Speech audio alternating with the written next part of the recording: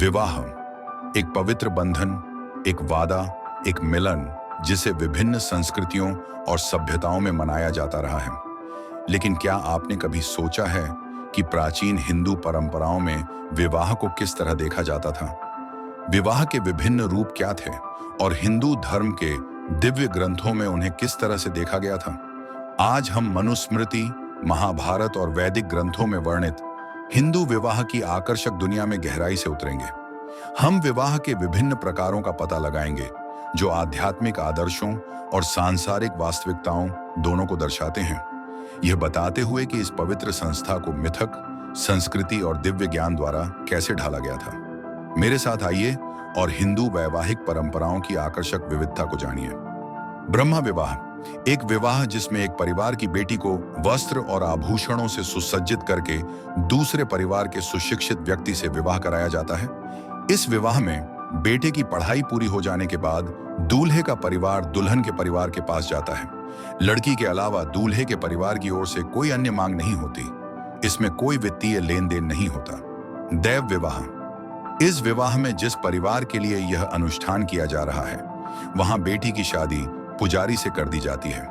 यहां दुल्हन का परिवार ही विवाह की इच्छा रखता है। अर्षा विवाह एक विवाह जिसमें बेटी की शादी एक ऋषि से की जाती है। बदले में ऋषि दुल्हन के परिवार को एक जोड़ी गाय देते हैं। इसमें दोनों पक्षों में से कोई भी गठबंधन कर सकता है।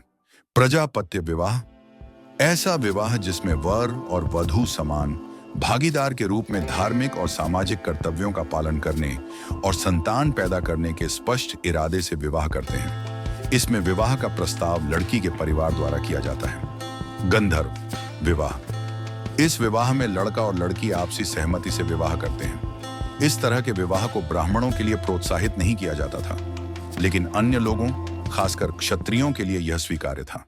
असुर विवाह ऐसा विवाह जिसमें दूल्हे और उसके परिवार द्वारा दुल्हन के परिवार को शुल्क, नकद या वस्तु के रूप में कीमत चुकाई जाती है। ब्राह्मण और क्षत्रिय समुदायों के लिए इस तरह के विवाह का प्रावधान नहीं था।